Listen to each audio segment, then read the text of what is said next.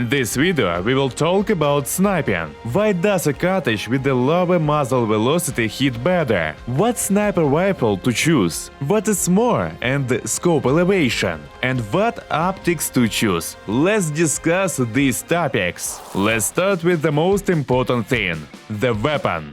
What guns to use? In reality, for many, this question primarily depends on the quests that need to be completed. Whether it's a shooter born in heaven, the Tarkov shooter part 8, Psycho Sniper or calibration. In the first three, players are forced to use bolt action rifles, which frustrates many, leading them to abandon these quests. Screw Kappa! Respect for the boys, I'm not doing it!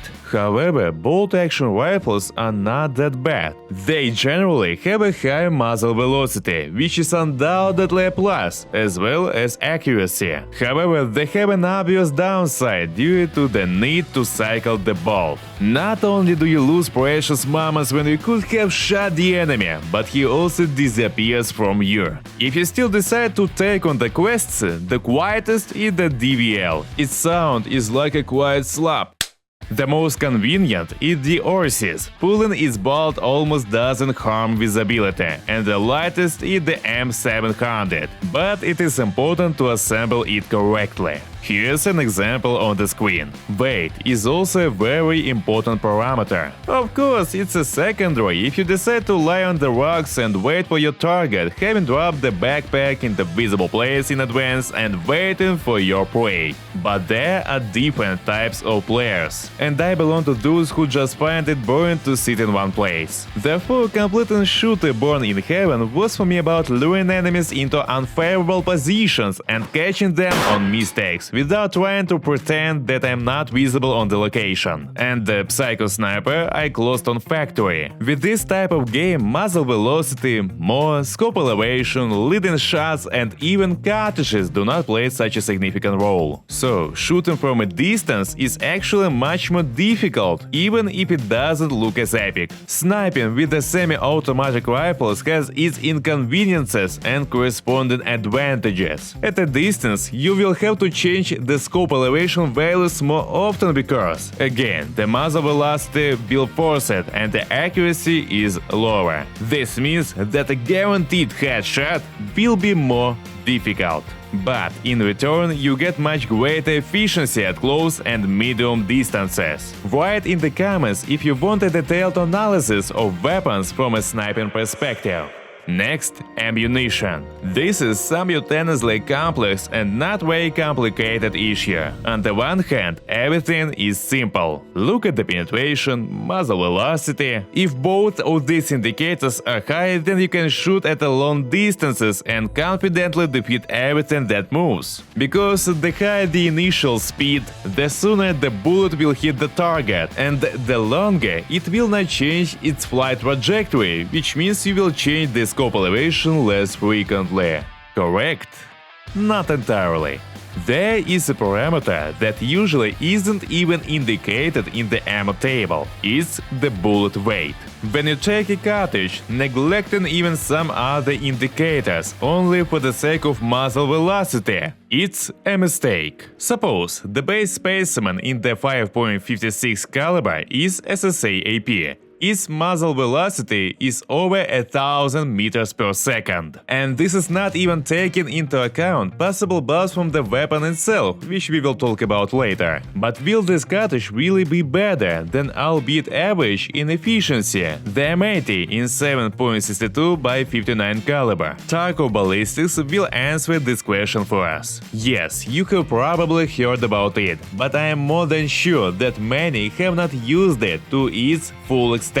Let's open the page and choose SSA AP and also M80. Do not look at the graphs, the scale is different and it's difficult to understand something. Pay attention to the drop of the bullet with distance. We see that M80 drops by a whole 17.58 centimeters at 200 meters, when SSA AP drops by only 14. Obviously, M80 is worse, significantly worse. But let's pay attention to the muzzle velocity that the site shows us. For SSA it's just over 1000 and for M80 it's only 833. But if we go into the game and take the same M700, we see that the muzzle velocity is much higher, a whopping 935 meters per second. And taking the AK-101, SSA-AP will eventually fly at the speed of 137 meters per second. And what should we do? Why in this picture not taken into account on the side? Here we only need to go to the calculator, choose the cartridge of interest, set the muzzle velocity according to what you have now. And here we already see that M80 will drop by 13.68 centimeters, while SSA-AP still drops by 14.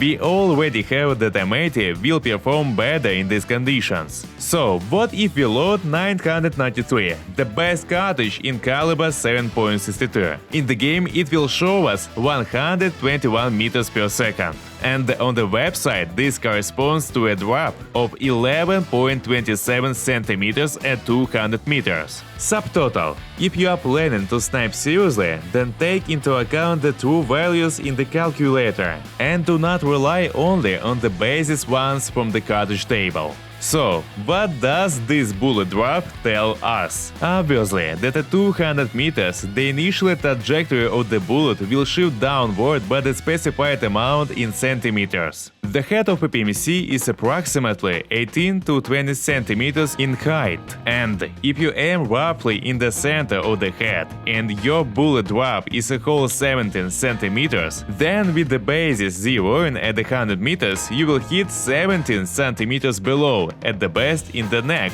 but more likely in the chest. But if the drop is not 17 but 12 centimeters and you aim at the forehead, then it will hit the head. Let's say during the shooting of rogues this doesn't play a significant role. They stand static in familiar places. You can just adjust the scope elevation and hit where you need. But in a situation where you cannot look into the rangefinder and your target is a live player, you don't know exactly at what a distance he is, and suddenly he stopped. You have a couple of moments to aim and hit. It is precisely at that moment you will be happy that you have an M700 with a 993 in your hands. Not the same SVD. It is also worth knowing that weapon modding affects muzzle velocity, specifically the muzzle device, barrel length, and also the red tube. It increases it. And by the way, the suppressor is audible at a maximum of 100 meters, so don't forget to install it. Just like subscribing to the channel, you do want to see more guides, don't you? Scope elevation and more. Everything here is elementary. Scope elevation.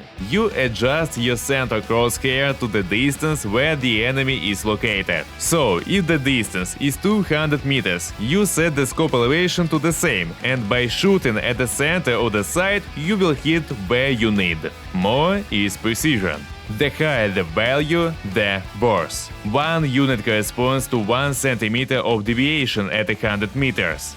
That is, if your more is 10, it means that at 100 meters you will have a whopping 10 centimeters spread, like in tanks, but not quite. More deteriorates with the decrease in the weapon's technical condition. Optics. There are 4 things you should pay attention to when choosing it. These are the price, sight magnification, how strong it is and whether it's adjustable. Reticle, which is especially important if you play night raids, the same Tark 30 will be unplayable and sights without illumination will be very difficult to use. And fade, the darkening of the sight during tilts. Razor, Voodoo, Tenga and Bande are considered light optics. They have an excellent reticle, do not darken when tilted, and good magnification. However, their price on the flea market is enormous. Cheap and adequate options include using the Yelkan, which is sold by Peacekeeper at level 3 and 4. Its price is $270 to $320, which is very little. It has adjustable magnification from 1.4x, not suitable for long-range shooting.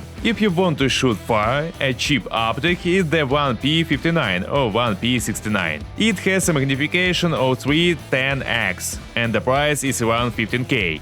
You can also use the PSO if you use a weapon with a dovetail. And if you twin class, leave one unit in it and exchange it for the TAC-30 from Jaeger. Another cheap option is the Tarkov. It has a magnification of only 3x, but it is very nice. Regarding the reticle, the situation is as follows. Each weapon and cartridge have their characteristics, and you cannot just assume that the one division vertically is, let's say, plus 50 meters to ranging. I have a VSS and AK-101 on the same side. Scope elevation is set to 50 meters, distance is 100 meters, and we shoot with the VSS and AK-101 at the same point, but the bullets hit completely different places. The same applies to lateral divisions, and taking a lead on a moving target must be done by eye. To use additional divisions, you need to spend a lot of time on one weapon, zero it in, and understand what leads to take. I'll also mention the importance of rangefinders. There are two options, one that goes into a special slot and it's used separately, and one that attaches to the weapon itself.